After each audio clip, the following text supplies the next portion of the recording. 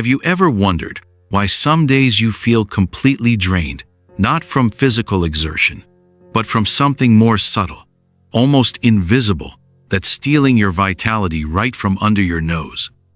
For those of us in our golden years, it's a peculiar paradox, isn't it? We finally have the time we've longed for all our lives, yet somehow, our energy seems more precious and limited than ever before. What if I told you that much of your fatigue isn't simply the inevitable consequence of aging, but rather the result of 7 silent thieves that are draining your energy day after day and giving you absolutely nothing in return? The answer, I discovered, wasn't found in some miracle supplement or revolutionary exercise routine. It was in identifying and eliminating these 7 silent energy thieves that most of us don't even realize are depleting our reserves. As the ancient Stoic philosopher Seneca wisely observed, it is not that we have a short time to live, but that we waste a lot of it. I'm Vernon, and today, I invite you to journey with me through these 7 revelations. Pay special attention to the number 5. It contradicts much of the conventional wisdom about staying active in our senior years, and might completely transform how you schedule your weeks. If you find value in this perspective, consider subscribing to my channel and sharing this video with someone who might benefit.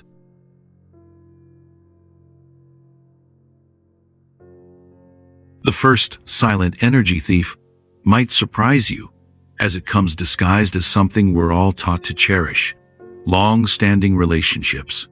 Now, I'm not suggesting you abandon meaningful connections. Quite the opposite. What I'm referring to are those relationships that have slowly transformed from sources of joy into obligations that leave you feeling emotionally depleted. My dear friend Eleanor, a retired school teacher living on a modest pension, discovered this when she finally acknowledged how exhausted she felt after weekly lunches with her college roommate Catherine. For decades, they'd maintained this ritual. But in recent years, these meetups had devolved into Catherine's marathon sessions of complaints, criticisms, and negativity. These experiences aren't unique. A groundbreaking 2018 study from the University of California, Berkeley, published in the Journal of Gerontology, found that negative social interactions can increase inflammatory markers in older adults by up to 68% compared to positive interactions. After just 30 minutes of negative social interaction, it doesn't just make you feel tired. It's linked to numerous age-related health problems, from cognitive decline to cardiovascular issues. The key distinction here is quality over quantity. As our energy becomes more precious, we must become more discerning about where we invest it. Dr. Margaret Paul, a relationship expert specializing in senior well-being, suggests asking yourself this simple question: after spending time with this person, do I feel energized or depleted? This doesn't mean abruptly cutting people off. For Eleanor, it meant gradually reducing those lunches from weekly to monthly, while simultaneously increasing time with friends who left her feeling inspired and refreshed. Maria, who emigrated from the Philippines in her 50s and now lives with her daughter's family, found cultural expectations about elder care created tension. Rather than suffering in silence, she had an honest conversation about needing personal time and space, which actually improved family dynamics. The wisdom here isn't about isolation, it's about curation. Your energy is precious. Invest it in relationships that give something meaningful back.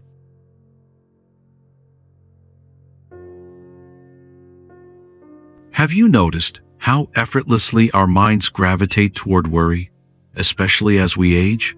This brings us to our second energy thief, the exhausting habit of worrying about things entirely beyond our control. Last year, my neighbor Walter, a retired professor, developed what his wife called his morning ritual of misery. He would wake up, immediately turn on the news, and spend the next 2 hours absorbing every global catastrophe, political crisis, and economic forecast, most of which he had absolutely no power to influence.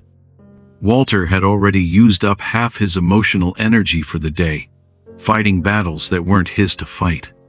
The Stoic philosopher Epictetus addressed this exact issue nearly 2,000 years ago. Make the best use of what is in your power, and take the rest as it happens. Some things are up to us, and some things are not up to us. This ancient wisdom has found validation in modern research. A study published in the Journal of Gerontology found that adults over 70 who repeatedly engage with negative news experience measurable increases in cortisol, our body's primary stress hormone, which directly impacts energy levels, sleep quality, and cognitive function. But there's a deeper psychological cost as well.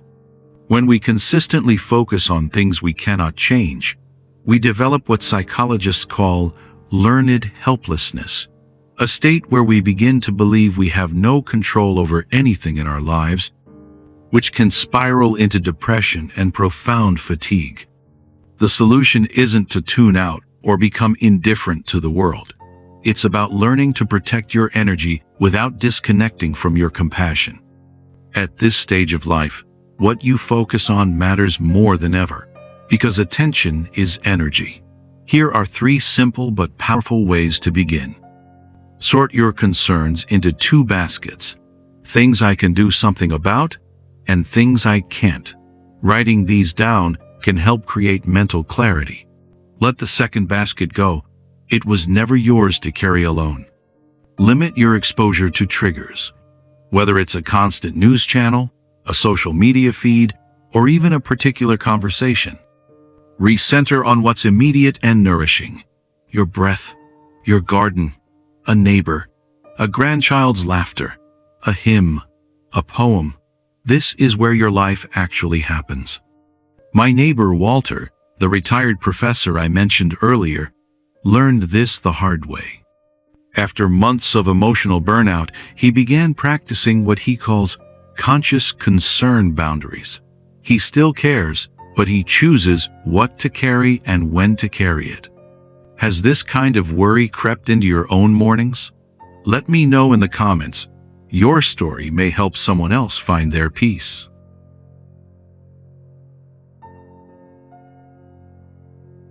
Let's now turn our attention to the spaces we inhabit, both physical and mental, and explore our third energy thief, the burden of excessive possessions and the emotional attachments they represent.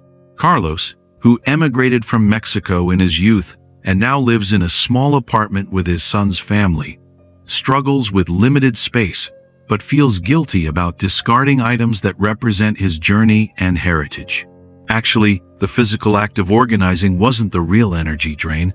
It was the emotional labor of deciding what to keep and what to let go. Each item carried memories, identities, and potential futures that were painful to release. Recent research from the Mayo Clinic's Department of Environmental Health, published in the Journal of Environmental Psychology, has shown that physical clutter in our living spaces correlates directly with elevated cortisol levels, decreased cognitive performance in adults over 65. More surprisingly, this effect intensifies with age. What we could tolerate at 50 becomes increasingly draining at 70 and beyond. But there's something even more profound at work here.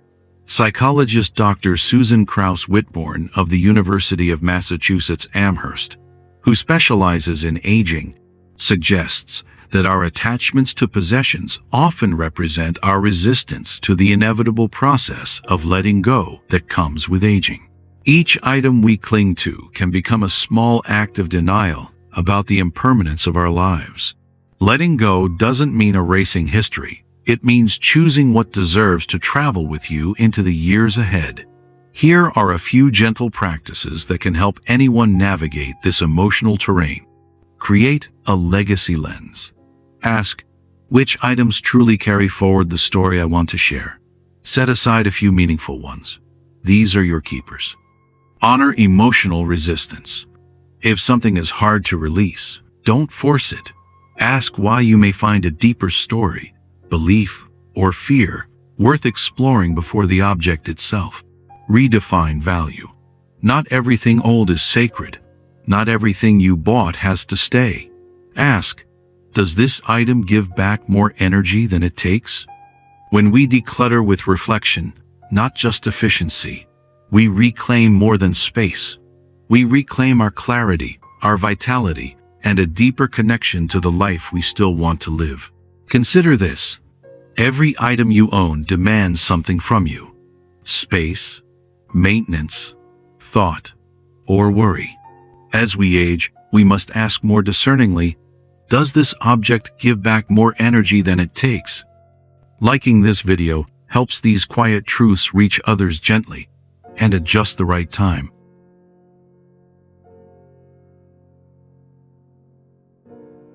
Our fourth energy thief is relatively new to the human experience, yet increasingly demanding of our attention: the exhaustion that comes from trying to keep pace with rapidly evolving technology. I recently spoke with Richard, a 73-year-old retired accountant who spent nearly 3 weeks trying to master every feature of his new smartphone. He was determined not to be one of those seniors who can't figure out technology, but by the time he figured it all out, he was so tired he didn't even want to use the thing. The experience highlights an important distinction. There's a difference between using technology that enhances your life and feeling obligated to master every new digital development that comes along. The philosopher Socrates, who lived in a much simpler technological era, nonetheless offered wisdom that applies perfectly here. Beware the barrenness of a busy life. In our digital age, much of that busyness comes from the constant pressure to learn, adopt, and navigate new technologies. Research from the Stanford Center on Longevity, published in the Journals of Gerontology, found that adults over 65 who try to adopt too many new technologies simultaneously experience what researchers call cognitive overload, which significantly depletes energy reserves and can actually impair the ability to learn any of the technologies effectively. The solution isn't to reject technology altogether. Digital tools can significantly enhance our independence and connection in later years. The key is selectivity and purpose. Remember, technology should serve you, not the other way around. As we age, our discernment about which digital tools truly enhance our lives becomes an essential form of wisdom.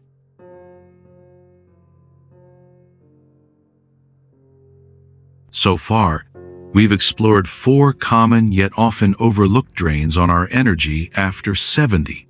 Lingering toxic relationships, the mental weight of worrying about things we can't control, the burden of physical clutter, and the invisible fatigue from trying to keep up with ever-evolving technology. Now we arrive at our 5th energy thief, which, as I mentioned earlier, contradicts much of the conventional wisdom about aging: the drain of obligatory social commitments that no longer bring you joy. For decades, we've been told that staying socially active is essential for healthy aging.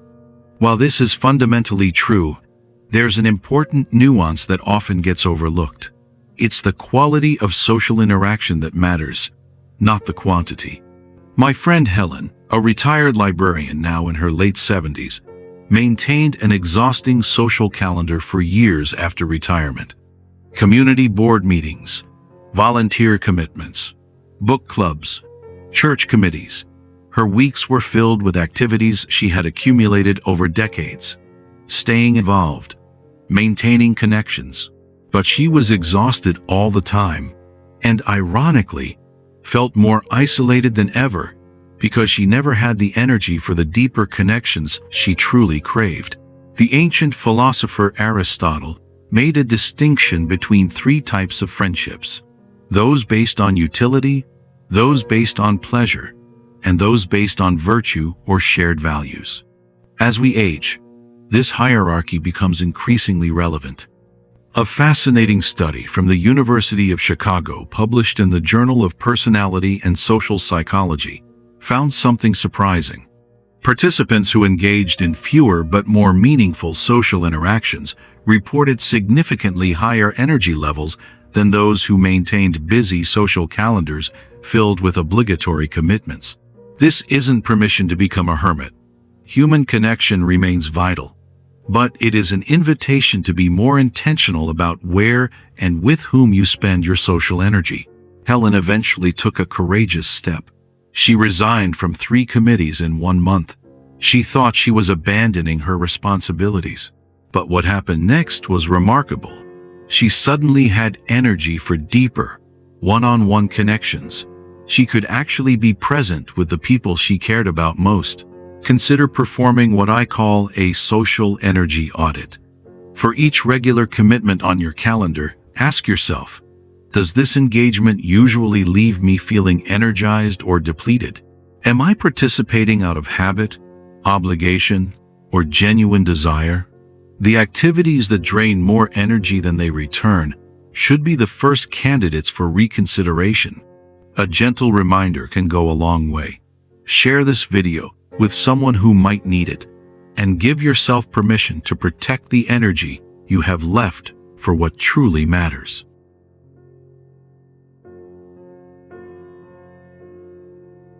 Our 6th energy thief is a quiet one. It drains us not through action, but through worry specifically, the energy we spend wondering how others perceive us. It may seem strange that this concern lingers into our 70s and 80s. Shouldn't we have earned the right to be fully ourselves by now? And yet, for many, this pattern runs deep, so deep we hardly notice it anymore. My colleague David, a retired professor in his early 80s, shared how he used to research for hours before dinner parties. He treated them like academic defenses, all to make sure he had something smart to say. But it left him drained. And David's story isn't unique. Many of us still carry the quiet burden of trying to impress out of habit, not desire. Seneca once said, "We suffer more often in imagination than in reality." And in this case, our imagined need for approval costs us something very real: our energy. A Columbia University study found that older adults who care less about social approval actually preserve more vitality. They called it social energy efficiency, engaging with others, without over-monitoring how we're perceived. This doesn't mean being careless or unkind. It means letting go of the exhausting work of managing perceptions that don't truly matter. One helpful practice is to build moments of intention before social interactions. Before attending a gathering, a call, or even replying to a message, pause and ask yourself, am I about to respond as my true self, or as the version I think others expect? This small pause can break the automatic habit of performing. It gently redirects your energy toward authenticity rather than impression management. Over time, this practice strengthens a quiet confidence, the kind that doesn't come from being impressive, but from being honest. I'm curious to hear from you. What mask have you been wearing that's become too heavy to carry? What would it feel like to set it down and let people see the real you? Leave a comment below and let someone else feel less alone in their journey toward authenticity. Sometimes, the moment you speak your truth is the moment someone else finds the courage to do the same.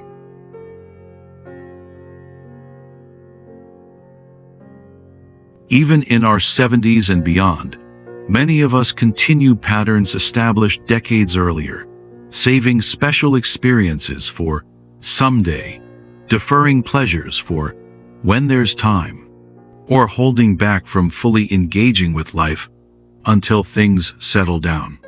Our final energy thief is perhaps the most poignant: the habit of postponing joy and meaningful experiences for some undefined future that may never arrive. Robert, who worked multiple jobs throughout his life to support his family and now lives on a modest pension, realized he had been postponing his dream of visiting the Grand Canyon for decades. He always said next year, or when he has more saved up.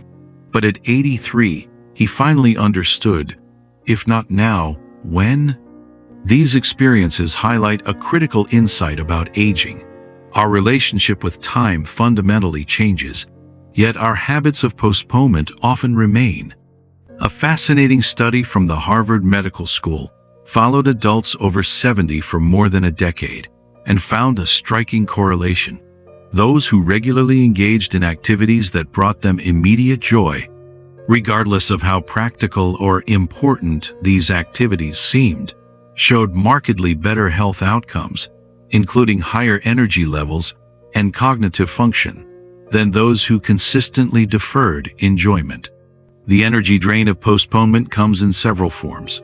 There's the subtle background stress of unfulfilled wishes accumulating. There's the cognitive load of keeping track of all the somedays we've promised ourselves. And perhaps most significantly, there's the depressive effect of living primarily in a hypothetical future rather than engaging fully with the present. Robert made a simple but profound change. He replaced his someday list with what he calls his this season list, experiences he commits to enjoying within the next 3 months. And he's found that anticipating these concrete plans actually gives him energy rather than depleting it. Put simply, stop saving things for special occasions. Today is a special occasion. Start with just one thing you've been saving: a scarf, a bottle of wine, a song you haven't danced to in years. Use it today, not because the moment is perfect, but because it's yours.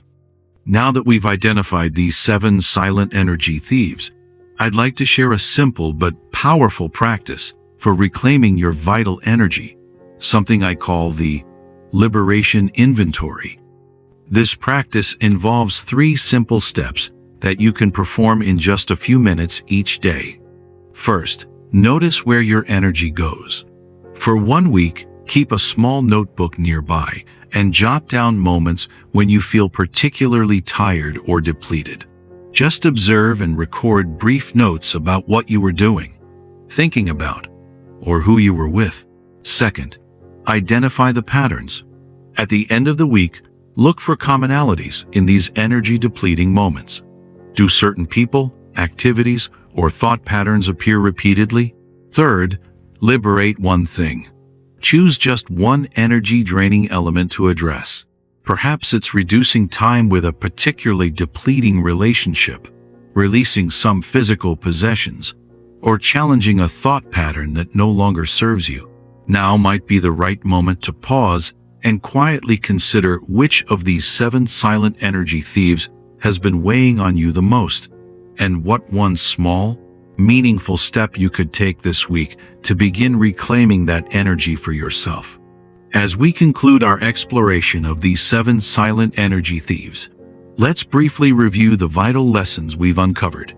Toxic relationships, excessive worrying, physical clutter, technology overwhelm, obligatory social commitments, others' perceptions, and postponing joy. The poet Mary Oliver posed the ultimate question when she wrote, "Tell me, what is it you plan to do with your one wild and precious life?" In our 70s and beyond, this question takes on a new urgency and specificity. Tell me, what is it you plan to do with your remaining energy in this one wild and precious life? I hope our journey through these 7 energy thieves has offered you some insight and perhaps a sense of permission to release what no longer serves you, to prioritize what brings you genuine joy, and to direct your precious energy with the wisdom that these years have uniquely equipped you to possess. What might change in your life starting today if you stopped giving your energy to what no longer nourishes you? Leave the comment with someone who might benefit.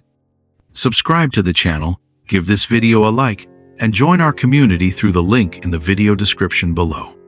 Thank you for spending time with me, and I'll see you in the next video.